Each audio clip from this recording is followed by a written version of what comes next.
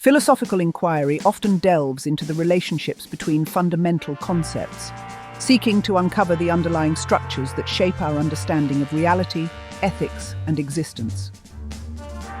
One effective method for analyzing these relationships is through the use of triads, a framework that examines how three interconnected elements influence and depend upon each other.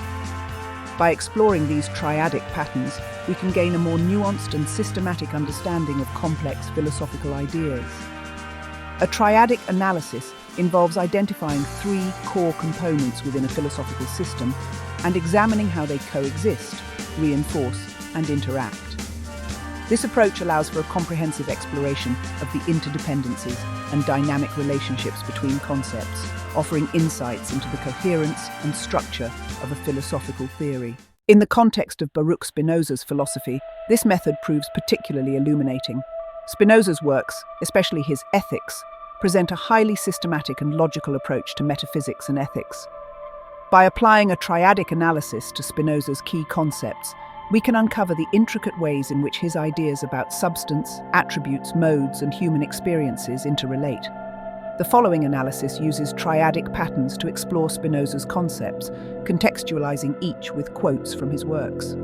This approach not only clarifies Spinoza's philosophical system, but also highlights the coherence and depth of his thought, demonstrating the power of triadic analysis in understanding complex philosophical doctrines.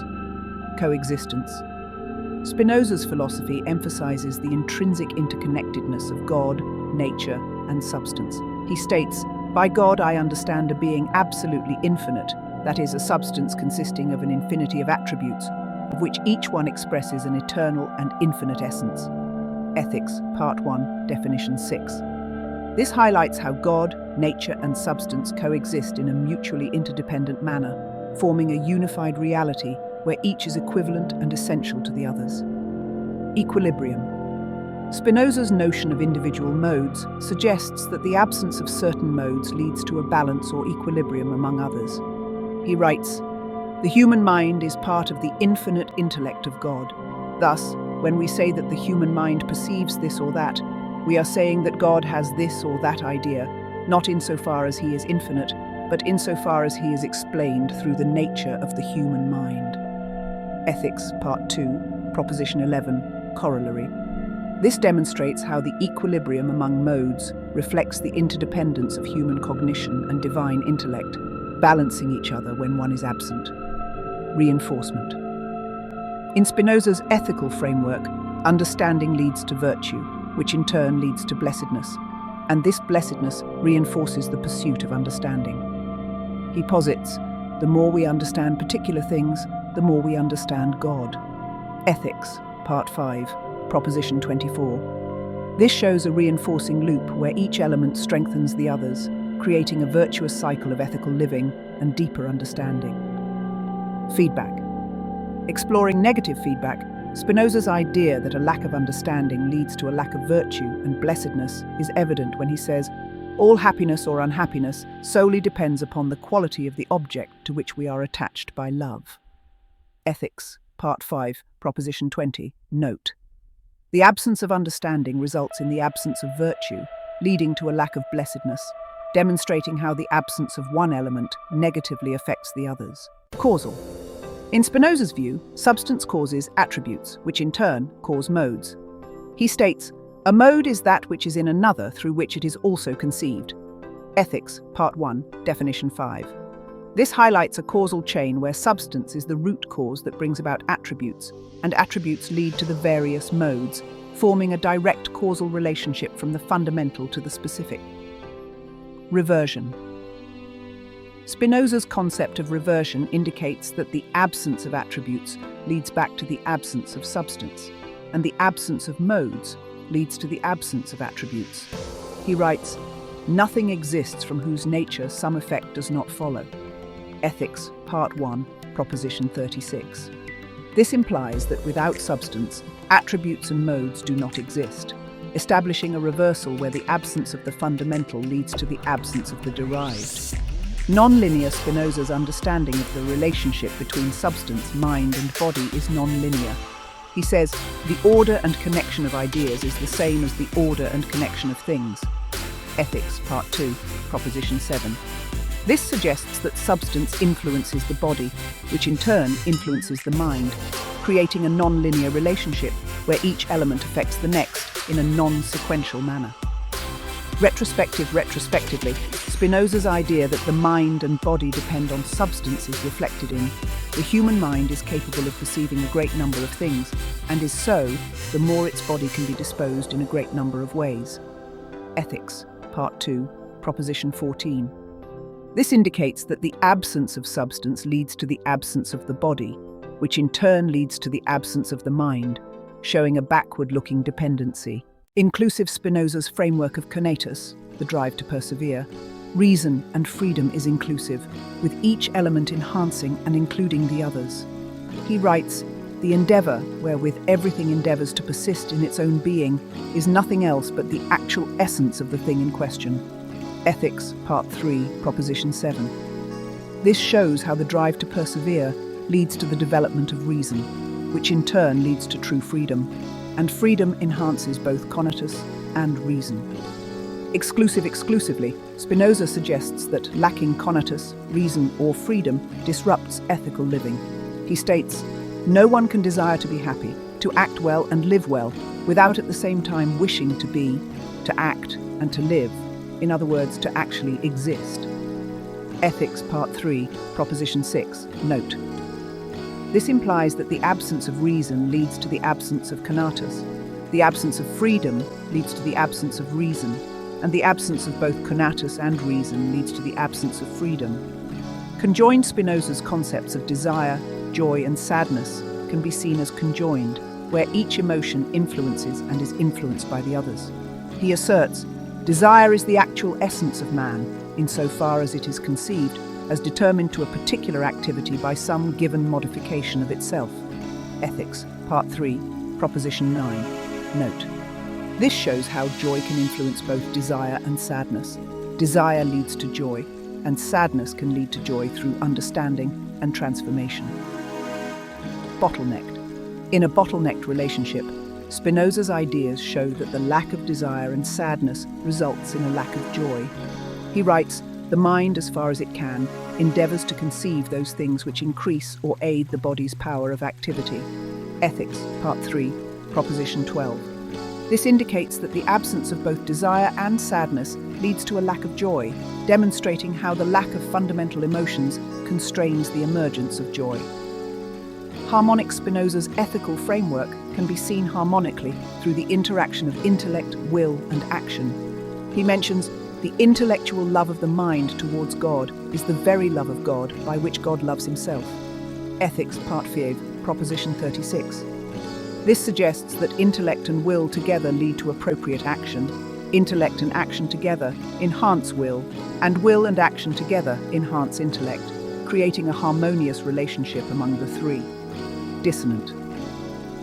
In a dissonant framework, Spinoza suggests that lacking intellect, will, or action disrupts ethical harmony.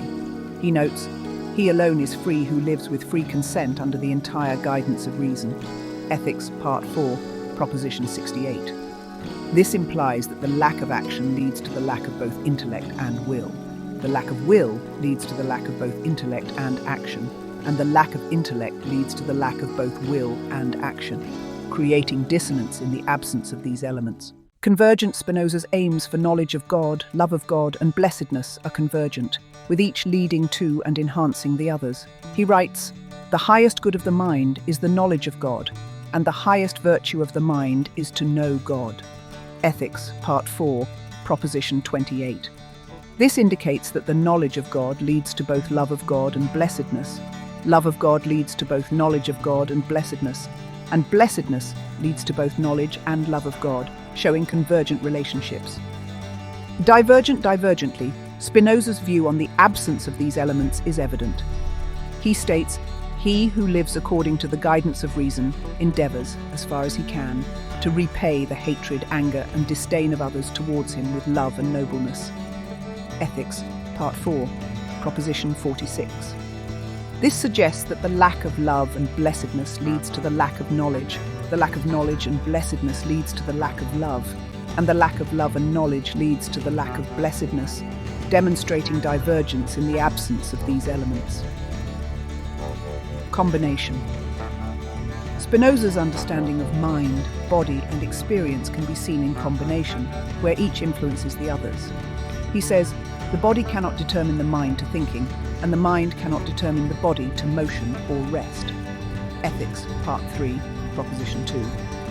This highlights how the mind without the body, or both together, relate to experience, the body without experience or both together relate to the mind, and experience without the mind or both together relate to the body.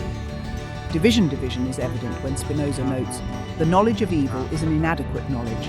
Ethics, Part 4, Proposition 64. This suggests that the body without the mind or both together imply the lack of experience, experience without the body, or both together imply the lack of mind, and the mind without experience, or both together imply the lack of body, illustrating a divisive relationship. Association. Spinoza's idea of human emotions like love, joy, and sorrow can be seen associatively, with each emotion influencing the others. He states, joy is man's passage from a lesser to a greater perfection. Ethics, Part 3, Definition of the Emotions 2. This indicates that joy without love or both together relate to sorrow, joy without sorrow or both together relate to love, and love and sorrow together lead to joy, showing associative relationships. Disassociation. Dissociatively, Spinoza mentions, an emotion which is a passion ceases to be a passion as soon as we form a clear and distinct idea thereof. Ethics, Part 5, Proposition 3. This suggests that love without joy or both together imply the lack of sorrow. Sorrow without joy or both together imply the lack of love, and the lack of joy implies the lack of both love and sorrow, illustrating disassociative relationships. Integration. Spinoza's metaphysical understanding of substance, attribute, and mode is integrative, with each concept leading to and supporting the others. He writes, whatever is in God, and nothing can exist or be conceived without God. Ethics, Part 1, Proposition 15. This shows how substance leading to attribute or the absence of mode, mode leading to attribute or the absence of substance, and substance and mode together lead to attribute, creating an integrative relationship. Disintegration. Disintegratively, Spinoza asserts, all things are determined by the necessity of the divine nature to exist and act in a certain way. Ethics, Part 1, Proposition 29.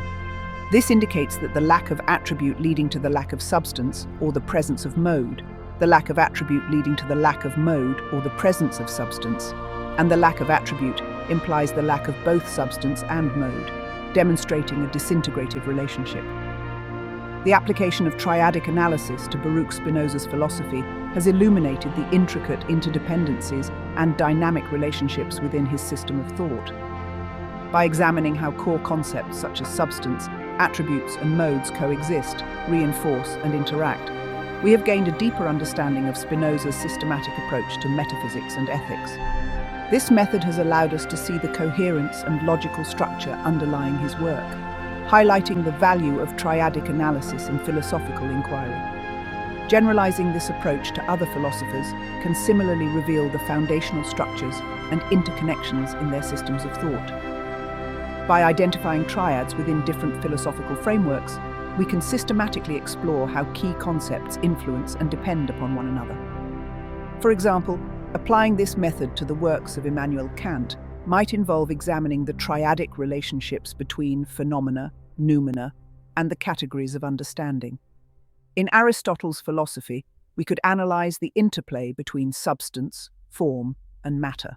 Triadic analysis provides a versatile and powerful tool for dissecting complex philosophical ideas. It allows us to move beyond a linear or dualistic understanding of concepts, embracing the multidimensional nature of philosophical systems. By doing so, we can uncover deeper insights and appreciate the nuanced interconnections that define the works of various philosophers. In conclusion, the use of triads to analyze philosophy offers a robust framework for exploring and understanding the intricate relationships within different philosophical systems. By generalizing this approach, we can apply it to the study of other philosophers, revealing the fundamental structures that underpin their theories, and enriching our comprehension of philosophical thought. This method not only enhances our understanding of individual philosophers, but also contributes to a broader and more integrated view of philosophy as a whole.